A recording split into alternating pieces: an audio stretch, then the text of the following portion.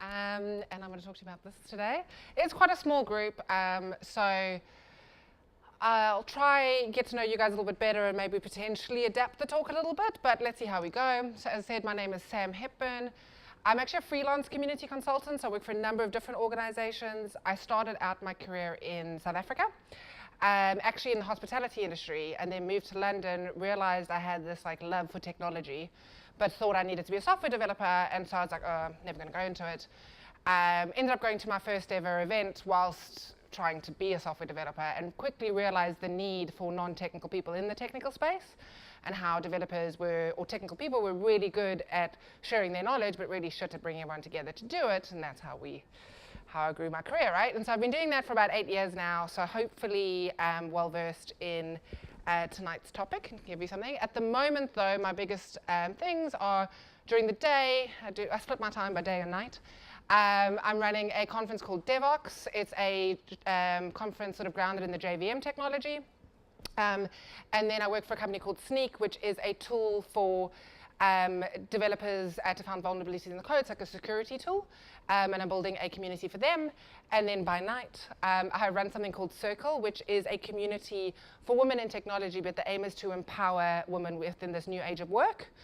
And so a lot of the stuff we do is less sort of, I suppose, technology focused in terms of how to be a better programmer or marketing or product or things like that, and how you navigate through sort of working in an organization and being, hopefully, as you saw on the last slide, more people in the C-suite side of things than only in the junior side. And then I also run a community called Find a Tech Job, which is a community designed to put developers and hiring managers in a room together so they can hire and go above and beyond the job description. So again, hopefully, got a little bit to share today. My last slide is all my contact details, but I am on Twitter if you want, it's SammyHep. But that's enough from me. I really want to know a little bit about you guys. So we'll do show of hands. How many people have events in their job descriptions? They're purely hired to be an events person. Cool, thanks. So the other people in the room, I'm assuming you're juggling more than one thing and events is just part of what you're doing? Is that a good assumption? Great. What are you doing? What is your role? Product managers? Marketing people? Recruitment? Where's the recruitment talk? What are you doing? Tell me. You have to talk to me, otherwise I'm just being annoying South African. Business development? Yeah, business development and run a co-working space. So everything, right? When co-working comes to play, you just do everything. Anyone else want to share what they're doing? What are you doing? For me, it's not events. I help people with their presentations, improve their presentations, and that's why we also work with events. Okay. With speakers. Cool. That's very, very interesting. Yeah, so if we then look at this, a lot of the time, whether you're engaging with speakers, hiring, attracting, upskilling your talent, you're doing it while still trying to do a number of different things, whether it's a different role, whether it's a million different roles, when you start up a corporate. And so you've got to figure out how to do this with the bare minimum time. So today, I'm going to show you generally it's a very overview talk, but how to get off the ground and hopefully be able to upskill, retain, and hire talent. Or if you're in sort of events roles, like how you do that for your clients or whatever it may be. I'm going to break it up into the 3 different sort of areas, but I will interchange a lot, so bear with me. There is method in my madness, but a lot of the stuff does fit together. But we will start with hiring. So hiring is a really, really interesting one. So I run a lot of events. I've been doing this for about 8 years, running anything from sort of 8 to 10 communities at a time, running events for between 20 to 3,500 people, both in-person and virtual communities. So when it comes to events, I do a shitload of them. I actually tried to calculate before today, and I think I've done just around 580 events in the last 5 years. And what's really, really interesting about this is that I would say almost 70% of the time, regardless of what the core value of the event is, it's about 70% of the clients I work with, there is an underlying factor of wanting to hire. And there's a number of reasons for this, but one, especially in London, we're saturated by the number of different roles that are out there. It doesn't matter how well known your brand is or how cool of a startup, we've all got our own biases, right? We all know Google and Facebook, but maybe we don't want to work for them because we think they've become corporate. And we all know all these cool startups, but maybe we don't want to work with them because, oh, they don't have enough structure, or, I don't see enough female faces, so I don't want to be the only diversity, token hire. And so there's a million reasons why we struggle to hire. So sort of relying on the traditional method of just a job board and potentially a recruitment agent doesn't work as well anymore, because we're just saturated with information. The other reason why I think one of the biggest reasons about why we don't hire is because we're just not looking. Not everyone is actively looking for a job all the time. And so how do you speak to those people? Those people are amazing. We're interacting with each other tonight. But I'm going to actually do an exercise. Close your eyes. And please close your eyes, because I don't know if you've got managers sitting next to you or anything like that. Hopefully you're not on camera. But I want you to put up your hand if you're currently actively looking for a new job. Cool. Put down your hand. Now I want you to keep your eyes closed. I want you to put up your hand if you would be open to a discussion for something specific. So you like what you do, but for more money, you'd have a conversation. For more seniority, you like your industry, but you wouldn't mind working on a different part, you want to work in a different industry. So any of those things, you'd be open to a potential conversation. Put up your hand. Amazing. Put down your hands. And now you can open your eyes. Now, I'm not going to tell you who put up the hand. That's not the point of it. But the point is that a large majority of you sort of then put up your hand when you're open to discussion. This is true for so many people. And the reason why you want to actually interact with those humans are passive candidates are the best humans you can ever hire. And the reason is because they own the conversation. And now you're going to say, Sam, I don't want them to own the conversation. I don't want them to have the power, but you do. Because if I like what I'm doing, I'm quite content. But now you approach me and you say, oh, we'd like to hire you for this. I'm going to be honest. I'm going to be like, oh, well, you're looking for that specific skill. Whilst I work in marketing, I don't have that skill. I'm not jumping ship. Or you have this type of environment or this culture, or you need someone that travels a lot and I'm not willing to. So I'm honest with you. I don't know if anyone in this room has ever hired or worked with someone where they seem amazing and then they start on the first day and you're like, where were those skills?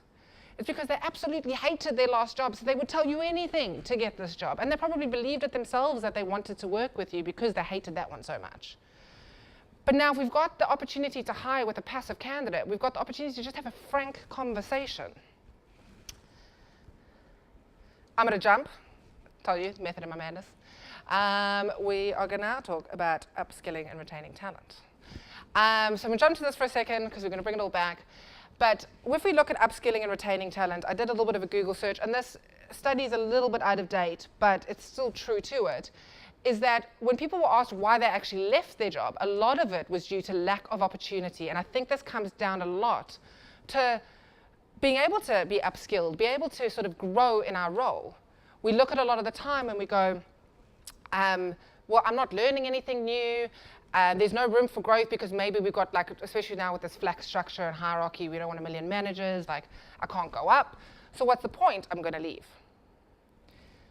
The problem with this is I get it so many times. I talk about sort of upskilling a team, and then I get one of two things. So either I get, stop pointing it that way, we have no budget. So that's great, Sam, but we're a startup or even we're a corporate. We're spending our money somewhere else. So we have absolutely no money to train. We'll get into this in more detail, but this is where events come so well. So you can not only attract people through events, but now we can use the event to potentially train our team, and I'll talk about it. And then the other thing, which I freaking hate so much, is, but what happens if I train them and they leave me? What if I spend all this resource, this time, this energy and everything, and then they go off and they do something cool somewhere else? And that's a big risk, right? My argue to that, though, is what happens if they stay? What happens if you don't train them and they stay and they're just dead weight? I would rather hire someone for 2 to 3 years, get some amazing work out of them, and then they go on and do something else, than get someone for 10 to 12 years that's literally dead weight. Also, if you're known as a company that, you go there, you become the boss in what you do, and potentially move on to other organizations, cool people want to work for you because they're like, that's the place I go to maximize my career. You also then, if you've got a problem with hiring more senior talent, a lot of amazing senior talent want to start sort of paying it forward, right? They want to start giving their knowledge to people. And if you're known as an organization that trains their staff, you attract more senior people because they want to get involved in that training. That's their growth, right? They've sort of hit the peak of like, they know, I mean, you don't know everything about anything, but like a manager, the reason why I'm being hired is because I know my shit. I want to start teaching that. That's my growth aspect. That's how you keep me. That's how you retain me. So please never, ever, ever think this. The other reason why training is really, really great is you can promote within. Now, I know this seems logical and a lot of people talk about it, but promoting within is the most amazing thing you can ever do. Because number one, if I promote within, if I train my staff up and they feel like they are supported and we promote up, one, you've now got more senior management that has been in your company for a longer period of time. When you hire someone in at the top, there are more expenses not only for their salary, but for their downtime. For every day that person isn't giving you an output, they're training what your company does. You know, there's always a teething period. It doesn't matter how well you know your work. That's money lost. Whereas if you are promoted within, you already know the ethos of the company, you're still learning, you're doing things, but then you can also train down. And it's much easier to train the next generation coming in than it is to try and sort of support this upper level. And again, you are seen as an organization where people want to join and they want to stay. And so don't ever only look at how we attract talent, because if you're not retaining them, that's like the first place you should ever look. But all of this, you're like, great, Sam, that's cool, whatever, but how? Stop pointing it that way. How? How do we do it? Well, I personally think there are 3 ways. And obviously, I'm going to focus this purely on events. There are a number of different ways of doing things, but I'm going to talk about events specifically. But there are 3 different ways to use events to hire, retain, and attract talent. First one being is obviously running your own events. How many people in this room run their own events for their organization? Cool. Amazing. Now, the nice thing about running your own event is that you get people to surround your brand, right? Whether you're hiring, whether you're looking, so some of the clients that I work with don't necessarily want to hire, but they want people to utilize their brand. It's a great thing to do. If you've got cool offices, you can invite people in. They can be like, oh, I want to work here. The only thing with this is if you're going to run your own events, and if it's something you're thinking about doing, is you need to be specific. If you're looking to hire, running events is actually quite a lengthy process to actually reap reward. And so let's say you want to hire a marketing person. One thing about being specific is run a marketing event, right? But also, if you're trying to hire a senior person in marketing, and you do like the ABCs of SEO, you're attracting the wrong audience. So think about like, what is the topic, like who's it going to attract? And if you're unsure, if you're hiring into a position that either you don't have yet or it's not your forte, go speak to that part of your team or people that work in that. Hey, would this topic be of interest? Would you come to this? Because you want to drive, you're not going to run one event, 50 people are going to come, 20 people are going to be amazing, and 10 of them you're going to hire, right? It's like a long-term thing. You need to make sure that the right people are in the room. If you're looking at diversity, like what draws a diverse crowd? Think about the titles. And on the diversity front, timing is everything. So if I'm looking to hire, say, someone into my events team, skills matter and I need another events organizer, and I'm going to do it through an event. Well, let me think about when those events people are available. So they may not be available in the evenings because they're running events. Or you want someone to run festivals, they might be busy on the weekend. You want to hire a senior woman in technology. Well, she's probably going home to be with her family, but she'll come to a morning breakfast event because she's done the school run, she's more senior, she can go into the office, an hour later, and so she's like, I want to engage in that community because I can do it. So think about not only the subject matter of the event you're doing, but what time are you doing it and how does that fit into the individual's lifestyle? More junior events are way better in the evening because they can't go into work late, but it's just thinking about that. And obviously, the biggest thing is like what draws a crowd, right? So, there's topics for topics' sake, and then there's thought leadership, and like, what do you want to be known for? As I said, running events is time-consuming, it's everything. So what can I do that draws a crowd? And the best place to do this, if you're looking for great content, stop pushing it the wrong way, is ask your team to get involved. Your team should be the ones speaking at these events. Because if I see someone stand on stage, like I am doing right now and talking, I think that person's pretty cool, and now I'm going to do a shameless plug, Sneak is hiring, and you think to yourself, well, maybe you think I'm kind of cool? Like, maybe I want to go work with Sam. Let me go and look Let me go look at what they have to offer. Or you know what? Let's say I wasn't doing this talk and I was doing something more aligned with the product, and you're like, that product is really, really interesting. Let me look into the roles they have on offer. So you want to utilize your team to talk about what you're doing. But then we're going to have another thing, and this happens all the time. Who, me? I can't speak in an event. You know, I'm not charismatic. I can't stand up in front of an audience. We have this huge problem, especially with women in tech, of like, I loved the sort of talk earlier on how we attract diversity, and I really wanted to actually, hopefully have the question is like, there's, you know, well-known speakers out there, but then how do you get the speakers to speak, right? And I think this comes down to a lot of things. So it's like, who, me? Don't have any speakers. No one on my team will speak. Oh, what happens if we talk about our product, like you said, Sam, and our competitors are in the room and they're going to steal all our ideas? There's all these buts. Or, you know what? We're not ready to speak yet. When our product gets, you know, up the mountain, when we've done this, when we've launched that, then we'll talk about it. Then we'll talk. Okay, first of all the things stop. It's like a million reasons. On the sort of speaking front, if you don't have a team that has any confidence in speaking, start internally. So in the tech industry, you've got something called a brown bag session. All that is a lunchtime talk. Ask your team to do a lunchtime talk for their teammates. That's not going to be the polished thing they end up doing at a conference or a meetup or wherever to start building your brand, but it's going to get them used to the fact that what's the worst that can happen?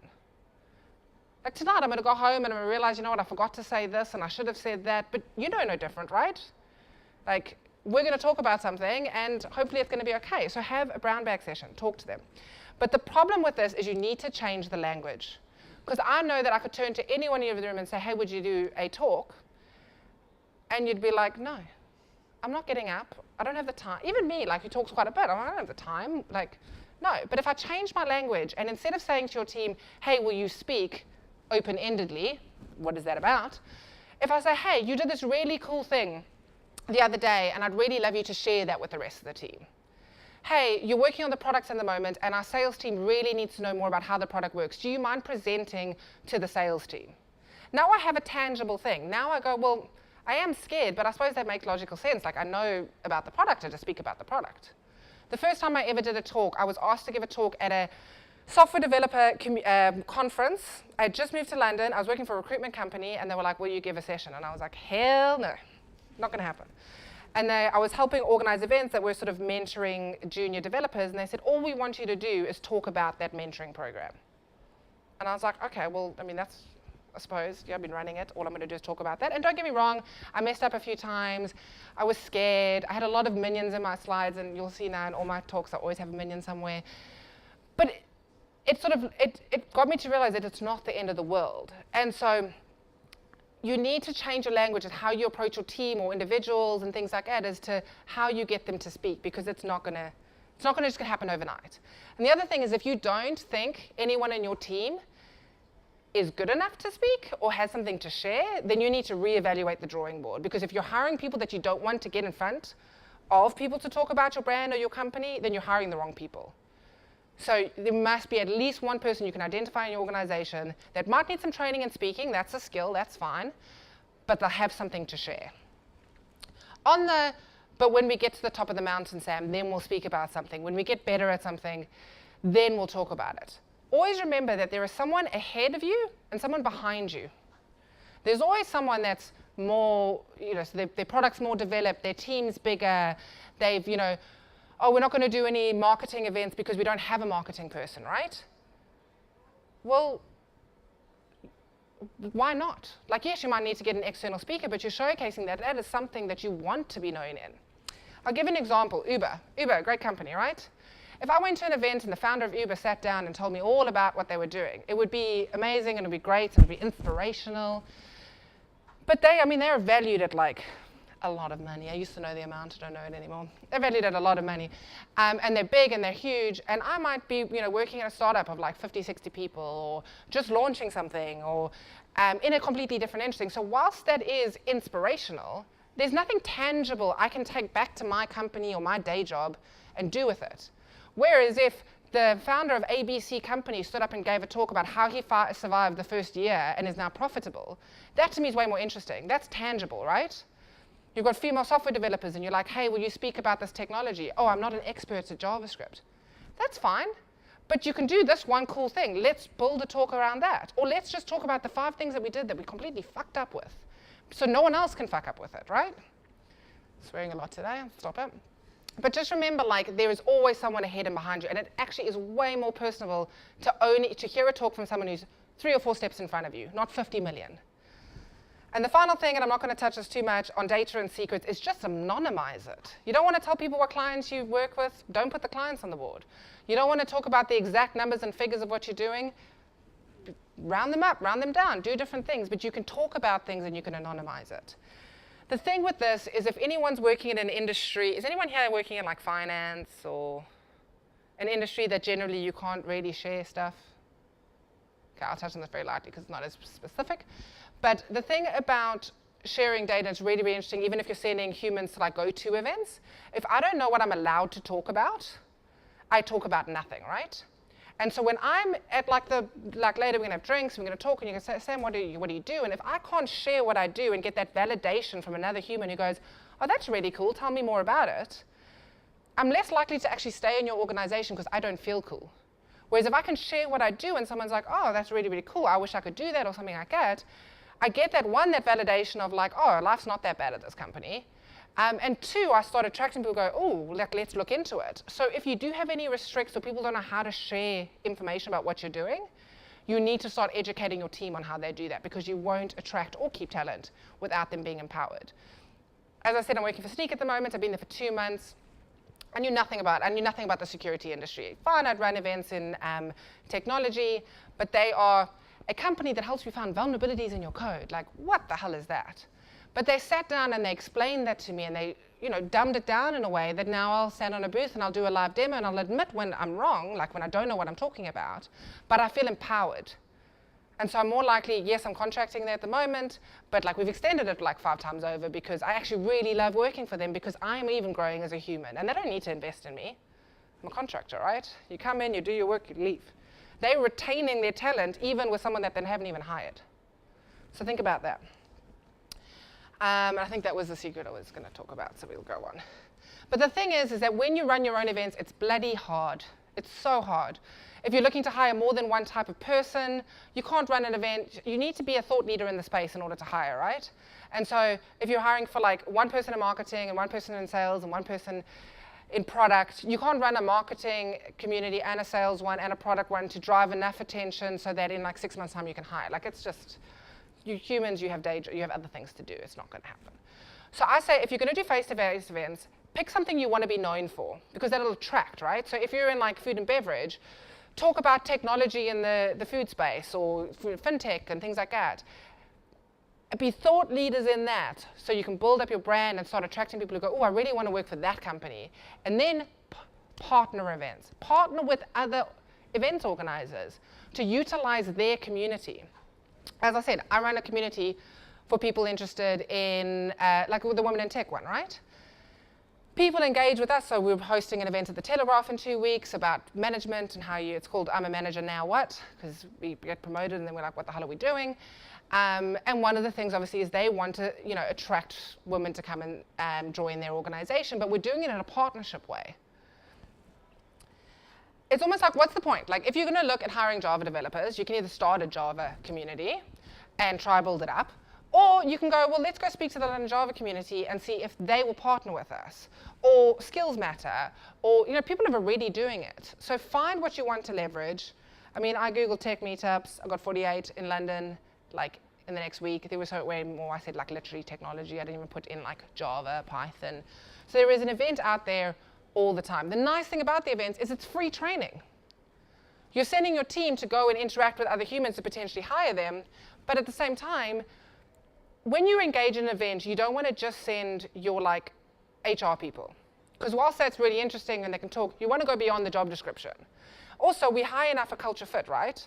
And so if the head of technology or marketing or something like that can go to the event and interact with the humans, they can do that culture fit almost like on the spot. And then they're learning at the same time. So they're taking their team, it becomes a team outing. It's great. You're going to say to me, though, but why do people want to engage? Why do people want to partner with me? Why would, like they're putting in all this effort to run the events. Like, why should they partner with me when I'm sort of coming in and recruiting out, right? Well, as an events organizer, and I'm sure a lot of people can say, there's a number of reasons why people want to partner. The nice thing about London as well is a lot of the communities and events are actually built by individuals rather than like companies, right? I run 2 at the bottom there, as I said, they've got nothing to do with an organization. And even ones run by organizations have a different outcome. So there's a few things that like communities need. So one is sponsorship. So especially if it's a community that is organized by an individual, we need to potentially buy the food and drink. We need to, even like Meetup has a hosting fee. Like I need to pay Meetup to even just have a Meetup. And so I'm looking for sponsorship. I'm looking for money to help me. If not, a lot of people are looking for hosts. Natalie, looking for hosts all the time, right? So if you've got a company, a space that has a space to like run events, engage with communities and go, hey, we've got a great space, we'd love you to come in. Then all of a sudden you're attracting a whole room of marketing people or a whole room of women in tech or a whole room of whatever it may be to attract them into your space that you've had to actually not do much to do. And then the last one is speakers, and speakers is a great way. And I almost think if you're going to host, try get one of your team to speak as well, because it's a double-edged sword of like, this is quite cool. Oh, and that human was awesome. I want to join them. So just think about those things. Also think about who's running the event, right? So if it's run by an individual, they might not necessarily mind if you're going to recruit out of it. If it's run by a company that isn't using it for recruitment arm, it's like a synergy, but a lot of them also run by recruitment agents. So one is have a discussion with them on like how do they actually partner, but 2, sometimes you don't even have to say I'm hiring to grow your brand, right? I almost say it's better to give an amazing talk and sort of mention, hey, we're hiring and that's what we're doing, but this is the crux of the talk, than it is just, you want to go beyond the job board. If you're just standing there going, hey, we're looking to hire, you might as well just put your job on an online forum and do nothing. You need to engage with your audience. The other really, really, really cool thing about events is you meet cool people. So we're talking about retaining and we're talking about upskilling our talent. So really nice, I was chatting to one of the tech leads at Net-a-Porter, and we're having this discussion, and she was like, oh, we had this really big problem, right? Because they decided to, a part of their system, they decided to change the entire tech stack. And so they didn't have anyone on the team that could code in their programming language. And they're a really big company, they've got money, but they had not enough budget to send all their developers on training courses for like 2-3 weeks to get up to speed. So they were like, what do we do? And she had gone to an event and she had met a really cool guy, and he was like a thought leader in the space. He had done a talk and he was a freelancer. And then what they thought was, okay, well, we'll hire him as a freelancer and he'll come in like 2 or 3 times a week. He'll give a few sessions, but he'll also sit and pair with all our developers. And so they trained up a whole team of developers with minimal budget, because his day rate is definitely way less than any training rate. And they could also have him on an ongoing basis. So it wasn't, oh, we send you for a training course for 2 days, you've got to remember everything on this whirlwind and then come back and implement. He came in, sort of on a weekly basis, go off, try, learn, because we're individuals. A lot of us learn what we do by doing, right? Like how many people in this room are doing what they studied at uni? Like I didn't even go to uni, so I would be screwed if that's what I was supposed to do.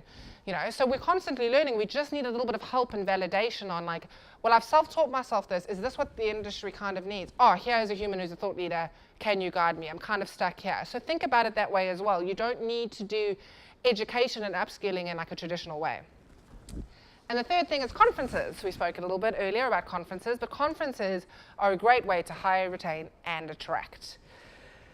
They tick so many boxes. So one is thought leaders go and speak at conferences. And if I can see a thought leader speak about something and learn from them, I want to take that stuff back into my organization. Also, if you are spending money on at least sending your team to conferences and things like that, I know a lot of people who stay in their companies, not because they particularly love it, and you shouldn't keep people who don't love working for you, but because they're scared that if they leave, no one else is going to give them that type of support. So they would rather stay there and know they can grow as an individual than move on and just be that monkey behind a desk. They also, obviously you get training, they're learning from the best in the business, and so there's a reason why they want to be there, and then they want to talk about what they're doing, because we're all humans, right? We all have this slight bragging thing of like, I am doing cool things, let me tell you about it. And so if we can kind of be around other people and go, oh, this is kind of cool, like this is what I'm doing, I have that sort of validation in my head of I actually do want to stay. Because sometimes we do, like, grass is always greener on the other side. I need to go see other people's grass to realize it's good to stay. But all of this is useless, absolutely bloody useless, if you don't have a process. So hiring through events is a great, great, great resource, but it takes a lot of time, a lot of effort. You're building a brand. It's a marketing piece more than it's anything else. And so you need to put a process and you need to bring data to the conversation in order for it to work. So I'm going to quickly talk about the before the event, during, and post-event on what you should do when you're doing all of this. So pre-event. Before so we talk about like, what is your content? Who are you attracting in? What is my team allowed to speak about? What time am I running these events? As well as like, how am I going to tell the humans at the event about the roles? So I always say the best thing to set up pre-event is, even if it's just a splash page or a unique URL that when they apply for a job, you know it came from that event. It's a nice thing to do beforehand, because when we talk about post-event and follow-up, you're interacting with a human being. And so that human being is now holding you accountable. You can't hide behind a job description. And if I apply for a job and you never get back to me, oh well, because we're all very busy and we get different things. If I meet you in face-to-face and you say, apply for a job in my company, and you never get back to me, I'm sorry, like it's really, really rude. We're now a human. Even if it is a generic email that feels a little bit, that's why you want to know where the job application's coming from. Hey, Sam, it was nice to meet you at the event Prof London. Thanks for applying for the role. At this time, it's not going to work. There's another reason why, and I'm going to talk about it in a bit, but the one reason why you always want to follow up. During the event, the normal things, engage, talk, interact. But the worst thing I see is you do all this effort. If you're an events organizer, you organize all the stuff, you make sure the team's there, you've got the jobs, you've got everything going, it's all amazing, and then your team that you've asked to come is all standing in a corner talking to themselves.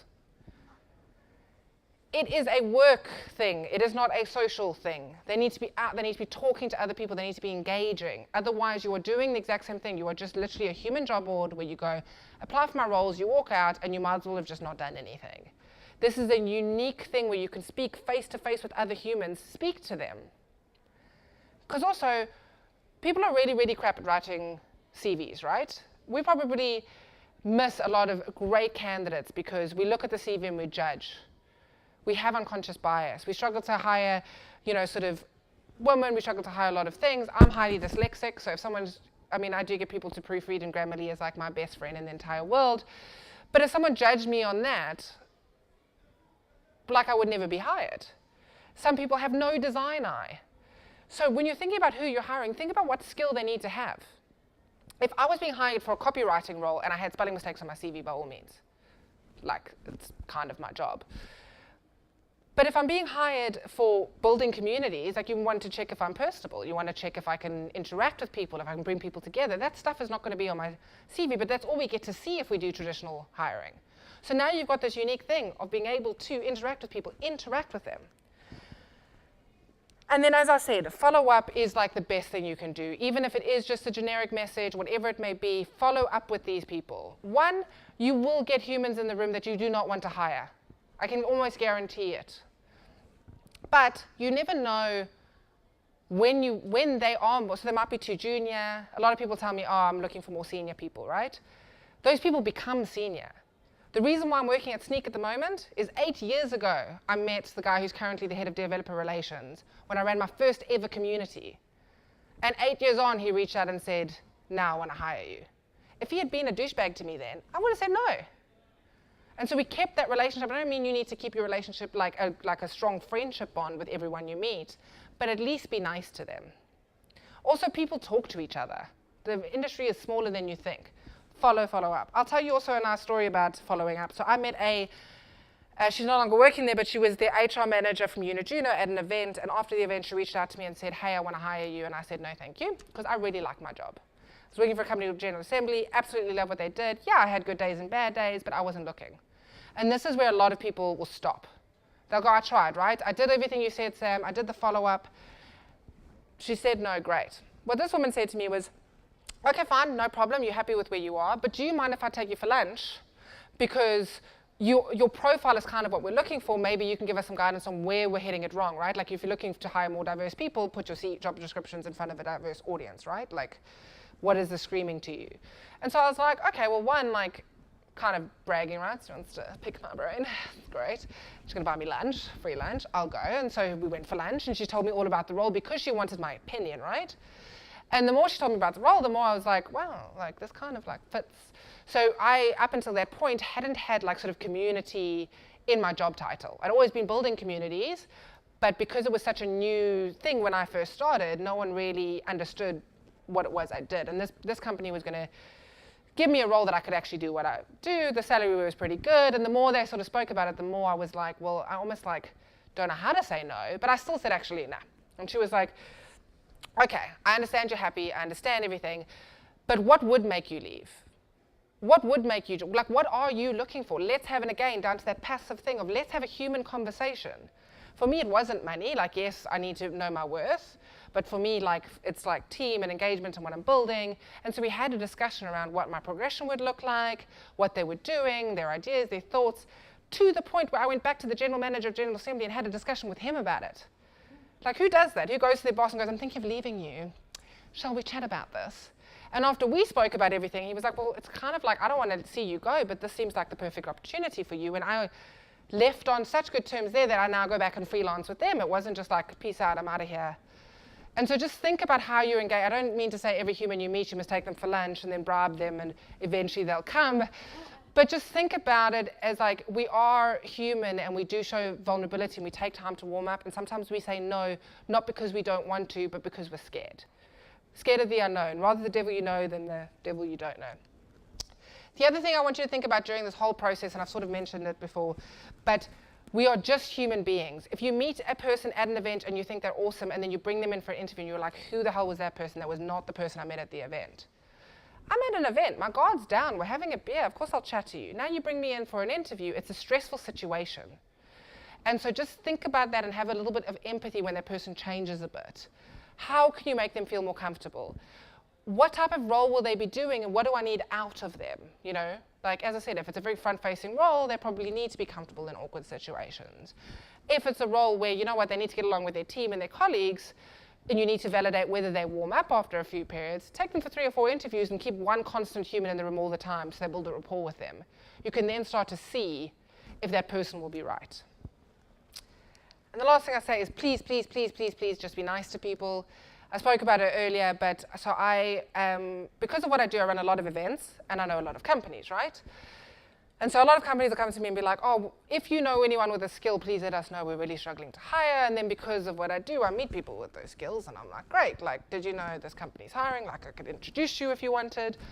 There was one company in particular, really cool brand. I really liked them. They said they were looking, and I approached someone, and I was like, oh, I think you'd be good. And they were like, no, thanks. And I was like, well, why? And they were like, actually, a few of my friends have interviewed there. The process was weird. They never got any feedback. I just don't want to do it. This happened more than once. It wasn't a once-off thing, to the point where that company had to go back to the drawing board and relook at their whole process because it wasn't about attracting talent. It was that people, to be fair, the person in charge of hiring was like overworked and couldn't respond to people, but they needed to look at that function because if that person can't get back to people, then stop hiring so much. Then focus on one role, do one thing well, because people talk. And as I said, we are all just human beings. You're interacting with humans. You know, we talk about diversity, we talk about different things. And so the first 2 years I worked in technology, I worked at those functional programming communities full of white middle-aged men. And I'll never forget, there was one guy, and I'm not going to name and shame him because we're now very good friends, but he was probably really, really mean to me for 2 years, right? Kind of treated me like that booth babe thing where, oh, you're not a software developer, not going to give you the time of day. The thing was that he wasn't being mean to me because he was a jerk. He was being mean to me because he didn't know how to interact with me. He was introverted himself. He might have been at an event and doing things, but it wasn't in his nature in order to know how to support a woman in technology, right?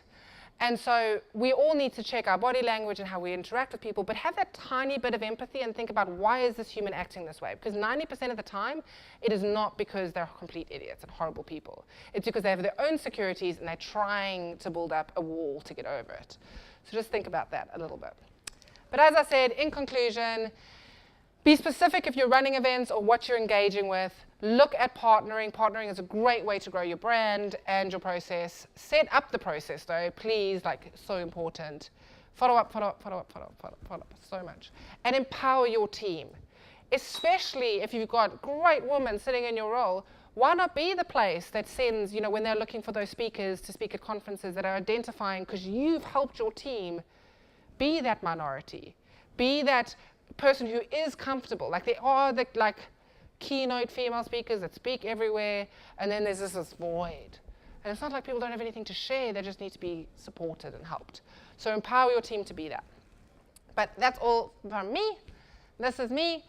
You can find me on Twitter, LinkedIn, or we can chat on either of those. I'm really bad at email, so don't email me. Really, you can even find me on Instagram. I'm better at that. But anything, just come find me. Hopefully I can answer your questions. And hopefully that was kind of insightful. And yeah, I think we're going to do a panel now, right?